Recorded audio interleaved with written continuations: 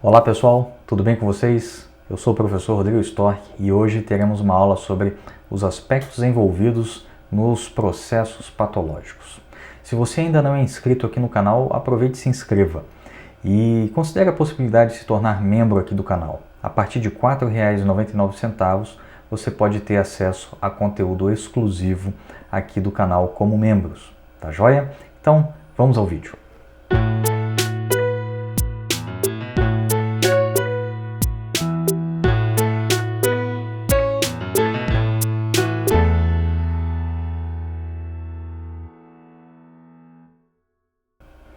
Muito bem, pessoal.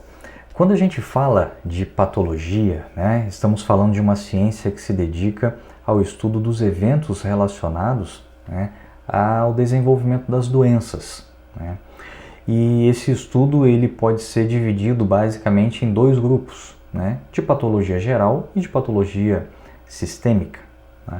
A gente foca muito na parte de patologia geral porque por meio de estudo dos aspectos envolvidos nos processos patológicos que nós conseguimos ver dentro dessa parte de patologia geral, a gente consegue ter uma ideia muito boa e muito ampla sobre quaisquer doenças que sejam possíveis de estudo, tá bom?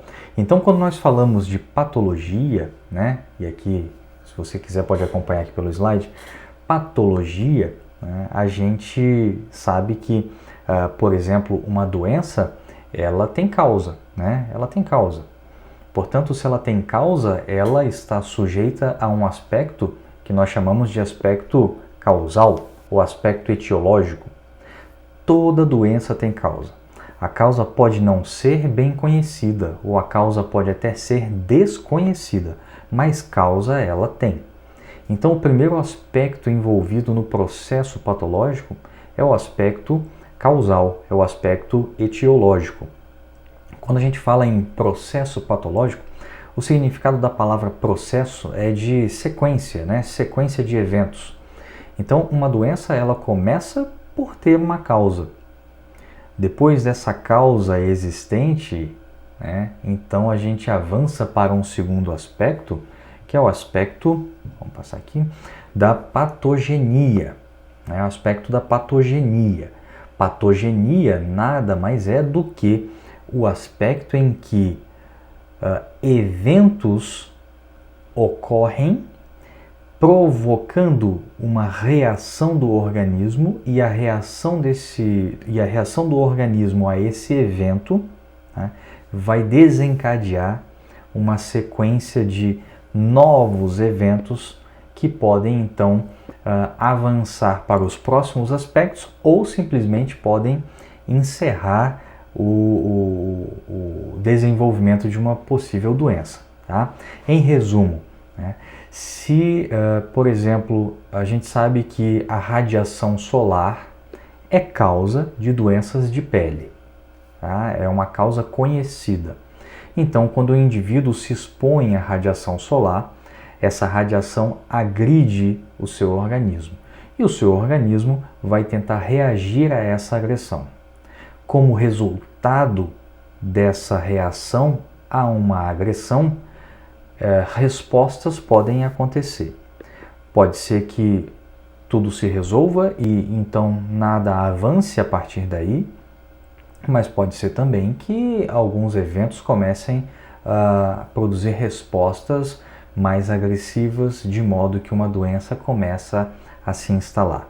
Então, o aspecto da patogenia, como o próprio nome já diz, patogenia, gênese da doença, ou seja, é o momento em que a doença se inicia, podendo então avançar ou ela inicia e já é interrompida porque o organismo eventualmente pode ter combatido bem esse agente, esse patógeno, esse agente agressor, e então resolve logo o problema e não deixa avançar. Então esse segundo aspecto é o aspecto em que a doença começa a se formar de fato. Passado por esse aspecto da patogenia, então nós chegamos ao terceiro aspecto do processo patológico, que são as alterações moleculares e morfológicas. Ou seja, como resultado da reação do organismo a uma agressão de um meio externo ou até mesmo uma agressão do próprio organismo, que ocorre aí em doenças autoimunes, por exemplo, né?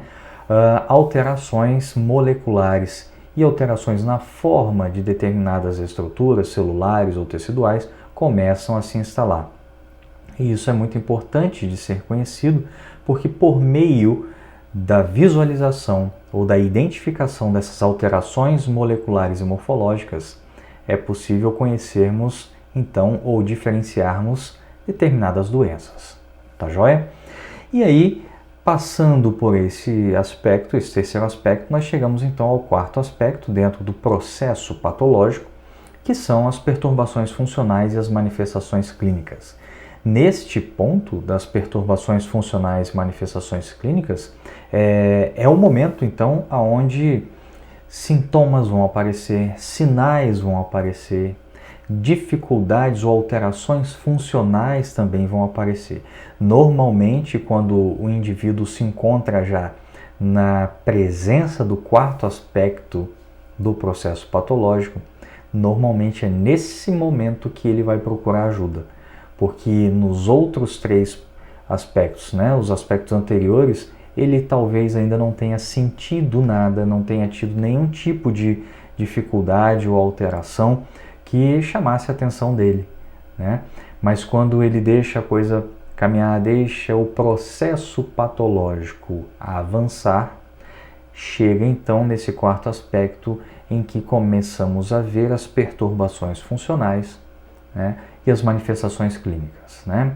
Um exemplo disso, vamos pegar um exemplo aqui, um vírus de gripe, tá? A gente sabe que vírus de gripe é causa de gripe. Quando o vírus acomete o organismo vai tentar reagir a esse vírus e vai então começar uma grande batalha. Estamos falando do aspecto patogenia. Então é possível que esse vírus vença essa batalha inicial e comece então a provocar algumas alterações moleculares, né, algumas alterações morfológicas, começa então a inflamar determinados tecidos, né? Vamos imaginar um vírus da gripe, pode ser que ele inflame parte do tecido pulmonar e gere algum tipo de alteração na forma do tecido, na forma da célula, enfim, comece a produzir algum tipo de alteração lá na estrutura. E aí nós vamos a um próximo aspecto, ou seja, passando, né, caminhando, percorrendo por esse processo patológico. Então, daqui a pouco, com esse tecido todo alterado, começam as manifestações clínicas. Podemos observar, por exemplo, tosse, produção excessiva de secreção. Às vezes o paciente vai queixar de sensação de falta de ar. Às vezes ele vai se queixar de dificuldade para se movimentar, vai sentir cansaço aos pequenos esforços e assim por diante. Então veja que esses aspectos, eles estão presentes em todas as doenças. Pode ser que determinadas doenças nós não tenhamos aí um bom conhecimento, por exemplo, do aspecto etiológico. Pode ser que os mecanismos patogênicos não estejam bem esclarecidos. Pode ser que alguma alteração morfológica ou molecular não esteja também muito bem definida e assim por diante. Mas os quatro aspectos estarão presentes em quaisquer doenças, tá bom? Muito bem. Quando falamos então do primeiro aspecto, que é o aspecto causal, né, o aspecto etiológico, ele pode vir de natureza genética ou de natureza adquirida. Genética porque você herda esses fatores de risco, digamos assim, tá? E adquirida porque você se expôs a algum tipo de fator de risco no ambiente. Tá? Quando falamos ali, então, do aspecto da patogenia, o segundo aspecto, né? Então estamos falando de uma sequência de eventos que vai acontecer por conta de uma reação do organismo a uma ação contra ele, tá? A uma ação contra ele, uma ação de patógeno, tá? Ou de algum elemento que vai causar um dano ao organismo. Quando vamos ali então para o terceiro aspecto, por meio do estudo desse terceiro aspecto, nós conseguimos então classificar, né, ou caracterizar bem uma doença estabelecer critérios para diagnosticar determinada doença e até mesmo estabelecer relação justamente lá com o primeiro aspecto, que é o etiológico, né? Para saber então qual foi a possível causa de uma determinada doença, tá?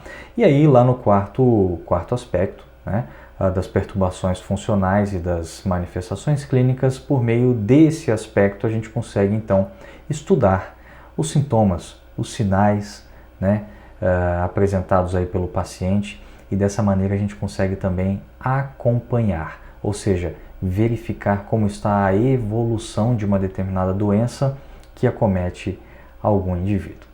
Tá ok? Gostou do vídeo? Então deixa o seu like e compartilha aí com seus amigos para ajudar esse canal a crescer cada vez mais e sempre produzir aqui conteúdo de qualidade para vocês.